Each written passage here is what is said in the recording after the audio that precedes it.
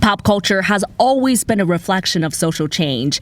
And if this year taught us anything, it's that there is a reckoning going on in Hollywood. Books, podcasts, and documentaries exploring racial issues in America are topping charts and being newly featured on streaming services.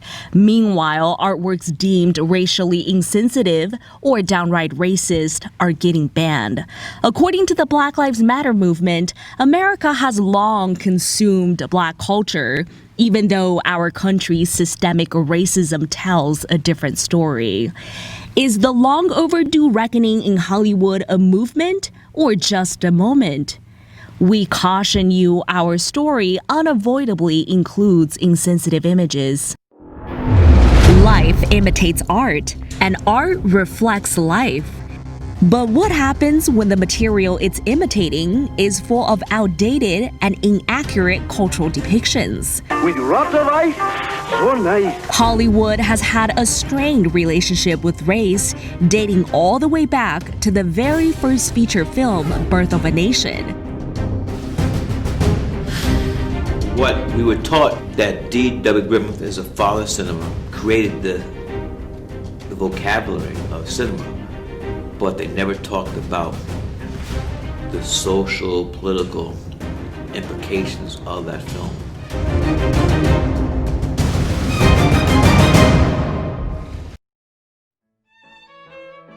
Since the movie hit theaters over a century ago, generations of audience have been taught to admire the 1915 film.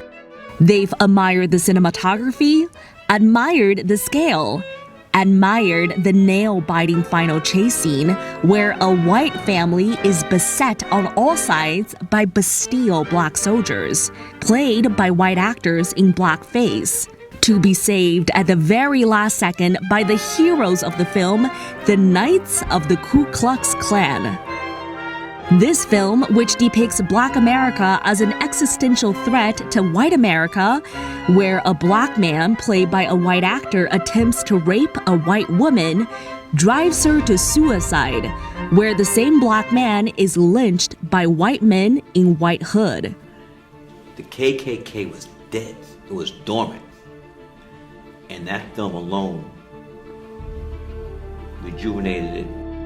This propaganda, which inspired a reinvigorated KKK and led to countless lynching of Black lives in America, also set the standard of Hollywood filmmaking and storytelling for generations to come. This was the first heavily hyped movie in the history of showbiz. In fact, it was the first film to be screened in the White House. The connection seemed natural at the time. President Woodrow Wilson was college friends with Thomas L. Dixon, who wrote the novel upon which Birth of a Nation was based on. After watching, President Wilson famously said the film is, quote, like writing history with lightning. Now, we must ask ourselves, is it time to rewrite the history of Hollywood? It's all part of a bigger reckoning across Hollywood in 2020, since all the nationwide protests over police brutality and racial inequality, which includes taking a fresh look at another one of the most critically acclaimed films in cinema history. Streamlined Wings of the Wind bring Hollywood to Atlanta for a history-making world premiere of the motion picture epic Gone with the Wind. Gone with the Wind, watched and loved by millions since its release in 1939, the film has been heavily criticized throughout the years for its romanticized portrait of the Confederacy and slavery. I'm going to speak to your mom about you. If you say one word, Mother, I won't eat a bite. HBO Max pulled Gone with the Wind in June, then brought it back, packaged it with a new introduction by film historian and Turner Classic Movies host Jacqueline Stewart, explaining the movie's significance and also its bigotry. Gone with the Wind was not universally praised. The film has been repeatedly protested, dating back to the announcement of its production. Producer David O. Selznick was well aware that Black audiences were deeply concerned about the film's handling of the topic of slavery. Before shooting began, he assured the NAACP that he was, quote, sensitive to the feelings of minority peoples. Despite Selznick's assurances, the film follows the lead of Mitchell's novel, presenting the antebellum South as a world of grace and beauty without acknowledging the brutalities of the system of chattel slavery. At a moment when police brutality is a subject of protests and demands for change, Hollywood is being forced to re-examine its long-running love affair with cop shows. Any weapons on yourself? I didn't have no gun. No, I didn't say anything. Do you have anything on you now? No. One of the first casualties was popular reality TV show Cops. It faced criticisms in the past for normalizing heavy-handed behavior by the police, especially against African Americans. But for more than 30 years, it remained on the air. Until May, when Paramount Network said it was removing the show from its schedule. Soon after, the even more popular A&E series, Live PD, one of the highest-rated shows on basic cable, met the same fate. This time, the cancellations sweeping across our screens feel much more personal. Late-night stars and popular sitcoms have apologized or pulled episodes because of the use of blackface. Tina Fey, the creator and star of the Emmy-winning series 30 Rock, asked streaming services to remove 4 of the show's episodes that feature white actors in blackface. Hi there, you. It's me, Jimmy, in my house again. Talk show hosts Jimmy Kimmel, Jimmy Fallon, and radio personality Howard Stern have also recently addressed wearing blackface during past TV sketches. No doubt, examining past questionable content is a must, but how do we move forward from here?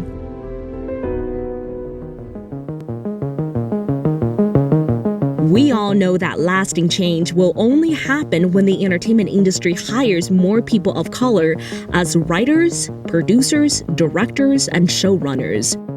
More than 300 black actors, artists, and executives, including Issa Rae, Michael B. Jordan, and Viola Davis, signed an open letter in June urging Hollywood to prove Black Lives Matter by no longer telling stories that glorify police brutality, and by investing in anti-racist content and the careers of black creative figures. This time, the networks are listening. CBS is committing 25% of its budget for TV script development to projects from creatives and producers who are Black, Indigenous, and people of color.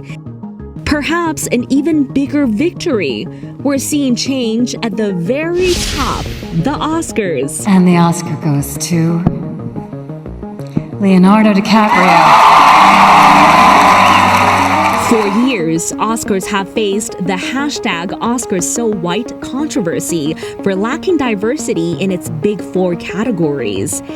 Well, I'm here at the Academy Awards, otherwise known as the White People's Choice Awards.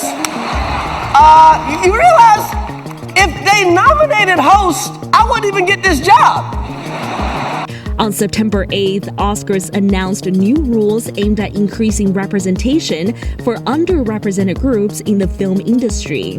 Starting in 2024, Best Picture nominees must feature women, people of color, LGBTQ+ people, or people with disabilities in prominent roles both in front of and behind the camera. The Academy created 4 representation categories that will gauge the level of diversity in a film's cast, its production crew, its marketing team, and the opportunities it provides young filmmakers. To qualify, a movie must satisfy 2 of the 4 categories. But are the new rules progress or just downright patronizing? Supporters of the new diversity rules say they will help improve representation in the film industry, which has been overwhelmingly white and male since its early years. The criteria are not restrictive enough to prevent important projects from getting made, but will still force studios to account for diversity on camera and behind the scenes. Just as expected, every time a new rule is passed, there are some critics. Quote, "Can you imagine telling Picasso what had to be in his paintings? Control artists, control individual thought," actress Kirstie Alley wrote in a since-deleted tweet.